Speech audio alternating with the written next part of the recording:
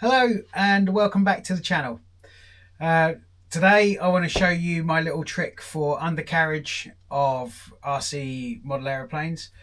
This particular model, I'll leave a link in the description for you to download it, because it's not mine, it's on the internet, it's someone else's, but I'll leave a link down below.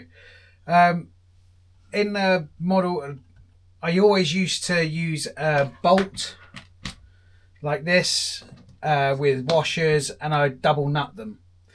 Now sometimes with that's a standard way, it keeps the weight down, but unfortunately on one side quite often what can happen is you either have to put the bolt in so it looks ugly, so they both go the same way, or what can happen is you put them both in from the outside, one side will tighten, the nuts will tighten even if you've double nutted it and made it, locked them together. So without further ado, I'll show you how I get around that.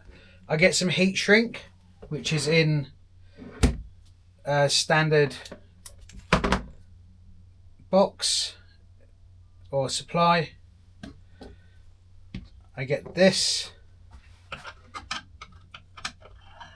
put that through, one washer on,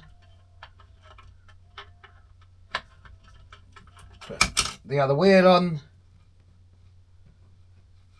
one more washer, other half the heat shrink. This is 2.5mm. I like a nice strong axle. I then put another piece of heat shrink on, just chop a piece in half, stick that on there, one washer, one wheel, another washer, and then pop that in there. I get the other piece of that heat shrink, I place it on there, I get nice and balanced, slide that heat shrink up there, slide that one to there, and generally that's enough. You spin it a few times and they're loose enough, and that is all you need for an undercarriage. I use heat shrink because if it does decide to start moving, you can always heat them up a little bit, and then they really grip. But otherwise, that should sort your undercarriage problems out.